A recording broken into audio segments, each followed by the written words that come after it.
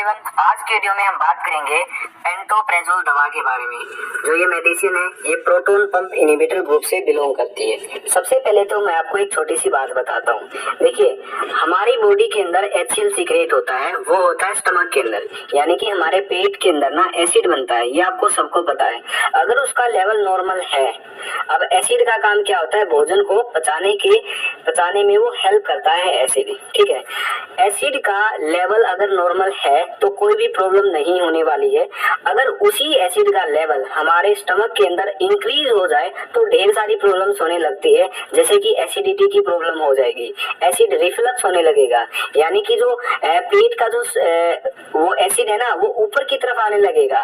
कई बार तो क्या होता है, किसी पेशेंट के अंदर वो ज्यादा ही ऊपर आता है, गले तक भी आ जाता है। तो गले तक जब एसिड आ जाएगा ना तो एसिड की वजह से गले में क्या होगा, इरिटेशन होगा और वहां पे गले में स्वेलिंग तक भी हो सकती है, तो उसको खाना खाने में प्रॉब्लम होगी, तो ये दिक्कतें हो सकती हैं। अगर ज्यादा एसिड हो रहा है, ठीक है, तो उससे अल्सर हो सकती हैं, यानी कि छाले हो सकते हैं। ज्यादा एसिड होने की वजह से पेट में भी छाले हो सकते हैं और आंत के अंदर भी छाले हो सकते हैं। तो ये ढेर सारी प्रॉब्लम्स हो जाती हैं अगर एसिड का लेवल नॉर्मल से ज्यादा हो जाए तो ये जो पेंटोप्रेजोल दवा है ये क्या करती है, ये इस एसिड के सिक्रेशन को डिक्रीज करती है। सीधा सा इसका ये काम होता है। ये प्रोटॉन पंप को इनहिबिट कर देती है। प्रोटॉन पंप स्टमक के अंदर होता है। स्टमक के अंदर प्रोटॉन पंप का काम होता है एसिड का सिक्रेशन करना, एसिड को बनाना उसका काम होता है। तो पेंटोप्रेजोल प्रोटॉन पंप के ऊपर एक्ट करके उसको बंद कर देती है। अब प्रोटॉन पंप चलेगा नहीं तो वो इनहिबिट हो जाएगा, तो एसिड का सिक्रेशन नहीं करेगा, तो जिसकी वजह से पेंटोप्रेजोल एसिड के सिक्रेशन को डिक्रीज कर देती है। तो सीधा एक लाइन में अगर मैं आपको बोलूं तो पेंटोप्रेजोल जो दवा है वो प्रोटॉन पंप इनहिबिटर जो क्लास है उसे बिलोंग करती है, और पेंटोप्रेजोल जो दवा है वो हमारी बॉडी के अंदर, हमारे स्टमक के अंदर एसिड के सिक्रेशन को कम कर देती है, जिसकी वजह से जो भी प्रॉब्लम होती है वो ठीक हो जाती है, ठीक है। अब देखिए इसके यूज की बात कर देते हैं, कहाँ इसका प्रयोग किया जाता है। तो देखिए, सबसे पहले तो एसिडिटी के अंदर यूज किया जाता है। अगर किसी को ज्यादा एसिडिटी हो रही है, एसिडिटी की प्रॉब्लम है, तो वहां पे पेंटोप्रेजोल का यूज किया जाता है। दूसरा है पेप्टिक अल्सर, यानी कि अगर किसी के पेट के अंदर छाले हो गए हैं तो वहां पर भी पेंटोप्रेजोल का यूज किया जाता है। अब देखिए, पेट के अंदर मान लिया छाले हैं, अब छाले क्यों होंगे, किसी व्यक्ति के पेट के अंदर जो एसिड का लेवल है ना वो बढ़ा हुआ होता है, तो एसिड और म्यूकस दोनों के का लेवल इम्बैलेंस हो जाता है, उसकी वजह से पेट के अंदर छाले हो जाते हैं, ठीक है। तो अब पेंटोप्रेजोल क्या करेगी, पेंटोप्रेजोल एसिड के सिक्रेशन को कम कर देगी, जिसकी वजह से जो छाले हुए हैं उनको हील करने के लिए टाइम मिल जाएगा, ठीक है, वो फिर वो ठीक हो जाएंगे अगर एसिड का लेवल कम रहता है स्टमक के अंदर। तो इस तरीके से जो पेप्टिक अल्सर है, जो पेट के अंदर छाले हैं वो ठीक हो जाते हैं। ओके, ड्यूडेनल अल्सर, जो ये स्मॉल इंटेस्टाइन होती है उसका फर्स्ट पार्ट है ड्यूडेनम, अगर उसके अंदर छाले हो जाते हैं तो उसको ड्यूडेनल अल्सर बोलते हैं, ठीक है। तो आंत के अंदर अगर छाले हो गए तो उसको भी जो पेंटोप्रेजोल है वो ठीक कर देती है, तो वहां भी इसका यूज किया जाता है। नेक्स्ट है duodenal ulceration associated with H pyloric infection. ये एच पाइलोरिक इन्फेक्शन क्या है, एच पाइलोरिक नाम का एक बैक्टीरिया होता है जो कि ड्यूडेनम के अंदर इन्फेक्शन कॉज करता है। अब ये एच पाइलोरिक बैक्टीरिया है ये छाले वो अल्सर कोज करता है, ठीक है, ड्यूडेनम के अंदर। अब इन्फेक्शन की वजह से, पहले तो क्या था, यहाँ जो ये ड्यूडेनल अल्सर है इसमें तो क्या था, एसिड की वजह से, एसिड की मात्रा ज्यादा होने की वजह से छाले हो रहे थे, लेकिन जो ये एच पाइलोरिक इन्फेक्शन है इसमें जो ये एच पाइलोरिक बैक्टीरिया होता है इसके इन्फेक्शन से छाले हो रहे हैं, ठीक है। तो दोनों में फर्क है, एक में तो एसिड की वजह से छाले हो रहे थे, एक में बैक्टीरिया की वजह से छाले हो रहे हैं, ठीक है। तो इसको ये बोलते हैं। अब देखिए, इस कंडीशन में तो क्या था, एसिड की मात्रा बढ़ी थी, तो हमने क्या किया, पेंटोप्रेजोल उस पेशेंट को दे दी, ठीक है, उसका ट्रीटमेंट किया पेंटोप्रेजोल से, तो उसके ड्यूडेनल जो अल्सर है वो ठीक हो जाएंगे, ठीक है, क्योंकि पेंटोप्रेजोल जो है वो एसिड की मात्रा को घटा देगी और अल्सर को हील होने का टाइम मिल जाएगा, ठीक है। इस सिचुएशन में तो ये किया, लेकिन इस सिचुएशन में क्या करेंगे, इस सिचुएशन में क्या है, इन्फेक्शन है बैक्टीरिया का जिसका नाम है एच पाइलोरी, ठीक है। दूसरा ये जो इन्फेक्शन है ये इसकी वजह से ही ड्यूडेनम के अंदर छाले पड़े हुए हैं, तो अब यहाँ पे पेंटोप्रेजोल का यूज तो किया ही जाएगा, जो छाले हुए हैं उनको ठीक करने के लिए, साथ में जो ये इन्फेक्शन हुआ है बैक्टीरिया का, इसको भी तो हमको खत्म करना है। तो इसके लिए पेंटोप्रेजोल के साथ एंटीबायोटिक्स का भी यूज किया जाएगा। तो यहाँ पे दोनों में ये डिफरेंस आने वाला है। ठीक है, आई होप आपको क्लियर हो गया होगा। रेंटिडिन जो वीडियो है, रेंटिडिन की वीडियो है, वहां भी मैंने आपको बताया था, वहां भी मैंने ये लाइन आपको क्लियर की थी। ओके, नेक्स्ट है GERD यानी कि गैस्ट्रो इसियोफेजल रिफ्लेक्स डिजीज। अगर सीधी एक वर्ड के अंदर बात करूं तो सीधी सीधी तो एसिड रिफ्लेक्स होने लगता है। एसिड रिफ्लेक्स का मतलब क्या है, पेट के अंदर जो एसिड है उसकी मात्रा बढ़ जाती है। ठीक है, जिसकी वजह से जो एसिड है वो ऊपर की तरफ हमारी जो खाने की नली है ना उसमें आने लगता है। ठीक है, उसको एसिड रिफ्लेक्स बोलते हैं। अब ऊपर आएगा तो क्या, वो इरिटेशन कोज करेगा खाने की नली में, जिसकी वजह से हार्ट बर्न जैसी, एसिडिटी जैसी प्रॉब्लम्स होती है। ठीक है, तो ये GERD प्रॉब्लम्स के अंदर भी पेंटोप्रेजोल का जो यूज है वो किया जाता है। नेक्स्ट है नेसेट्स एसोसिएटेड अल्सरेशन। अब कई बार क्या होता है, कोई व्यक्ति क्या करता है, बिना डॉक्टर के प्रिस्क्रिप्शन के क्या करता है, अगर उसको मानिए सिर में दर्द है तो उसने क्या किया, पेन किलर ले ली। ठीक है, नेक्स्ट डे उसको फिर से सिर में दर्द हुआ, उसने फिर पेन किलर ले ली। ठीक है, फिर से उसको नेक्स्ट डे बॉडी के अंदर कहीं पेन हो रहा है, फिर वो पेन किलर, यानी कि वो बहुत ज्यादा पेन किलर खा रहा है। ठीक है, तो बहुत ज्यादा पेन किलर्स खाने की वजह से भी छाले हो जाते हैं, अल्सर कोज करती हैं अगर बहुत ज्यादा पेन किलर खा लो तो। क्योंकि होता क्या है, देखिए ऑटोमेटिक चीज क्या होती है, कोई भी मेडिसिन जब आप खाते हो, जैसे पेन किलर आप खाते हो, तो वो एसिड का जो लेवल है ना वो बढ़ा देती है। ठीक है, तो एसिड का लेवल बढ़ जाएगा तो जाहिर सी बात है, अगर डेली डेली पेन किलर खाओगे तो एसिड का लेवल क्या बढ़ता ही रहेगा, जिसकी वजह से अल्सर कोज हो सकते हैं। तो ये भी चीज क्या है, नेसेट्स की वजह से, यानी कि जो non steroidal anti inflammatory drugs, ये जो नेसेट्स ग्रुप की दवा है, अगर इनकी वजह से अल्सर हुआ होता है तो भी वहां भी पेंटोप्रेजोल का यूज किया जाता है। नेक्स्ट है जोलिंगर एलिसन सिंड्रोम। अब इसके अंदर क्या होता है, इसके अंदर भी एसिड का जो लेवल है स्टमक के अंदर वो इंक्रीज हो जाता है, जिसकी वजह से पेंटोप्रेजोल का यूज किया जाता है ठीक करने के लिए। ठीक है, तो जोलिंगर एलिसन सिंड्रोम के अंदर भी यूज किया जाता है। अब मैं आपको एक छोटी सी बात बताता हूँ, डोज की बात बताता हूँ।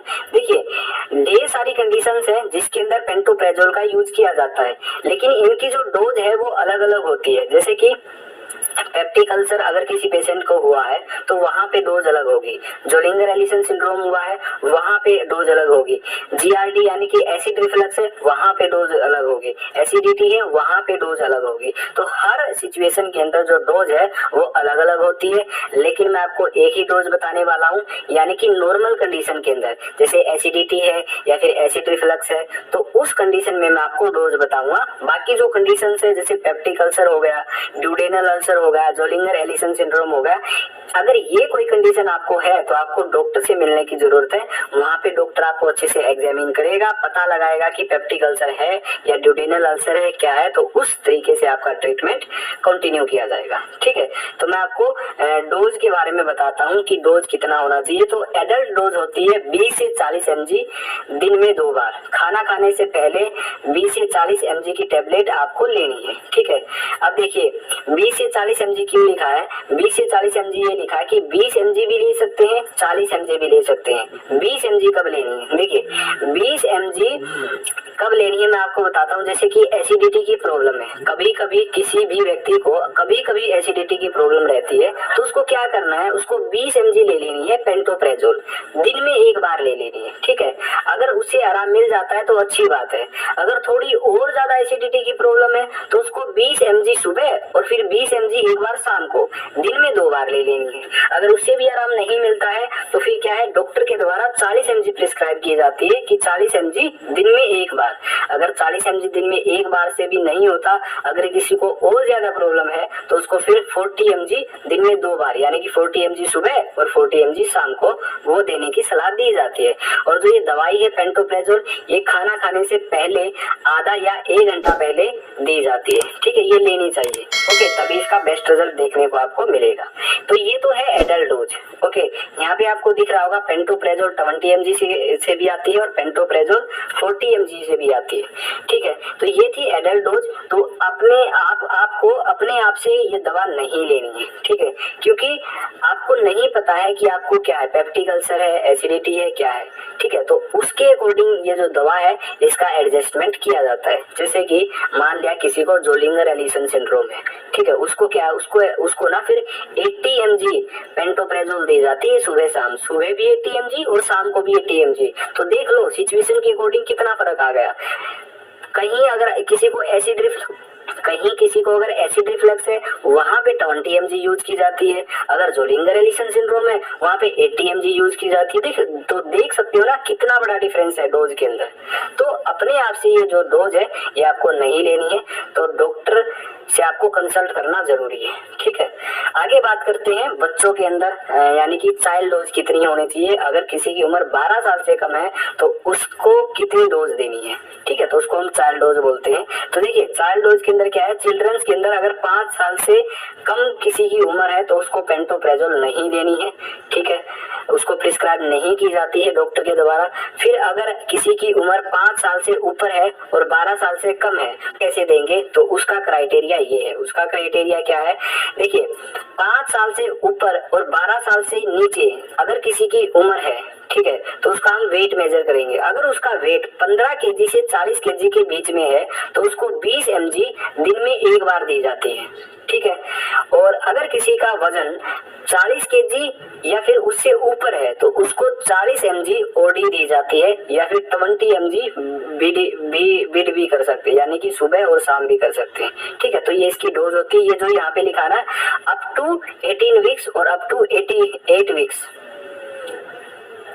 तो जो ये 8 वीक्स लिखा है ना ये इग्नोर कर दो आप, क्योंकि जो ये 8 सप्ताह तक जो ये दवाई चलती है ये अगर ज्यादा किसी की कंडीशन खराब है तो वहां पर चलती है। मैक्सिमम 1 वीक तक ही लेनी होती है। ठीक है, मान लिया आपको एसिडिटी की प्रॉब्लम है या फिर एसिड रिफ्लक्स की प्रॉब्लम है, किसी भी तरीके की अगर आपको प्रॉब्लम है और आप बिना डॉक्टर के कंसल्ट के दवाई ले रहे हो तो मैक्सिमम आपको 1 सप्ताह तक 1 वीक तक ही लेनी है। ठीक है, तो इस चीज का आपको ध्यान रखना है। क्यों आप ये जो दवा है ये 1 सप्ताह से ऊपर क्यों नहीं ले सकते, इसका रीजन भी मैं आपको बताऊंगा।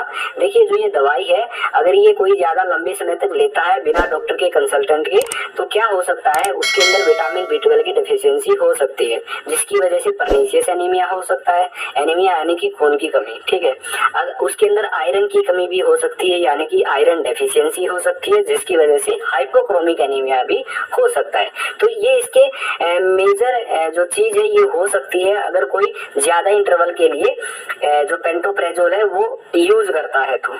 ठीक है, तो आगे देखते हैं इसके क्या साइड इफेक्ट है। इसके साइड इफेक्ट क्या है वो मैं आपको बताता हूँ।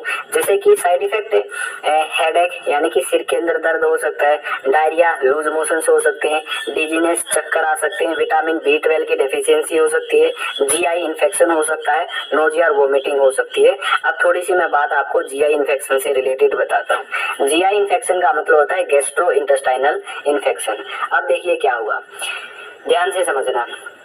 कोई भी एक पेशेंट है जिसको मान लिया एसिडिटी की प्रॉब्लम है और उसको एसिडिटी की प्रॉब्लम बहुत ज्यादा दिन से रह रही है। ठीक है, वो जब बहुत ज्यादा परेशान है, उसने क्या किया, उसको पता है कि पेंटोप्रेजोल दवा लेनी चाहिए, उसने बिना डॉक्टर से पूछे पेंटोप्रेजोल दवा लेना स्टार्ट कर दिया और वो काफी दिनों से पेंटोप्रेजोल ले रहा है। अब होगा इसका क्या होगा, इसका असर देखिएगा।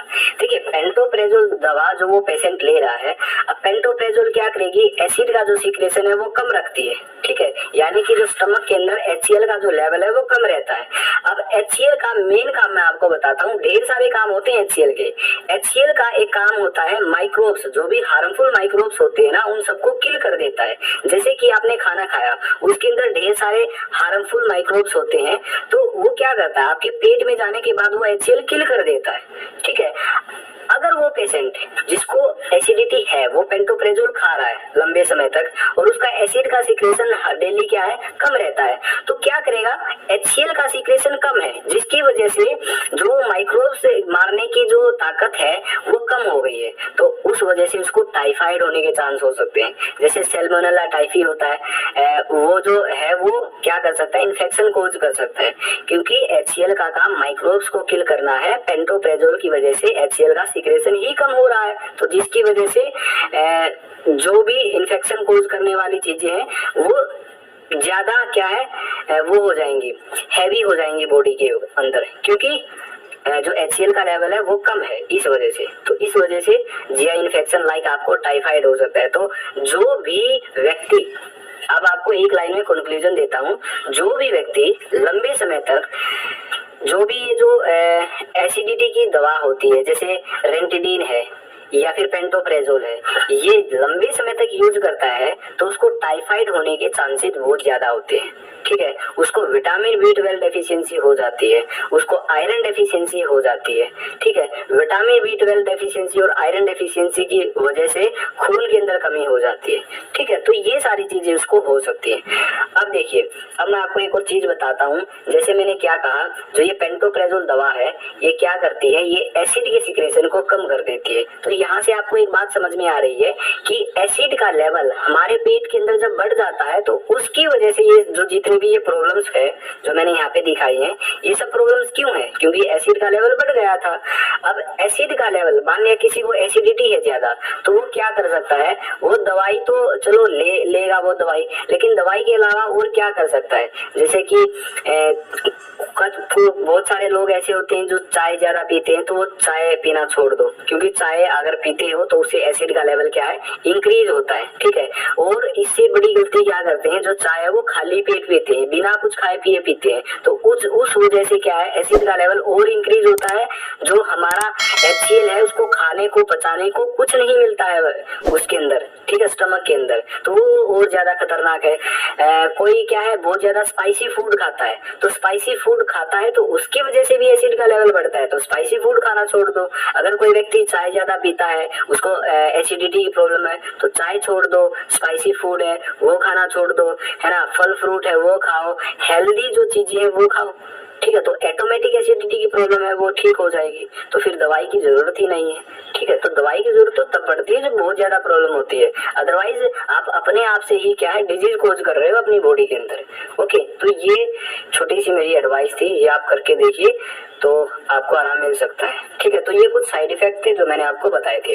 अब देखिए, मैंने एक वीडियो बनाई थी, ये बनाई थी कि जो रेंटिडीन है उसकी वजह से आयरन डेफिशिएंसी और विटामिन B12 डेफिशिएंसी होती है। एक तो मैंने आपको ये समझाया था कि ये डेफिशिएंसी होती क्यों है। ठीक है, दूसरा इस वीडियो के अंदर ये समझाया था कि पेप्टिक अल्सर यानी कि पेट के अंदर और आंत के अंदर जो छाले होते हैं उसका कारण क्या है। तो दो चीजें मैंने इस वीडियो के अंदर डिस्कस की हुई है।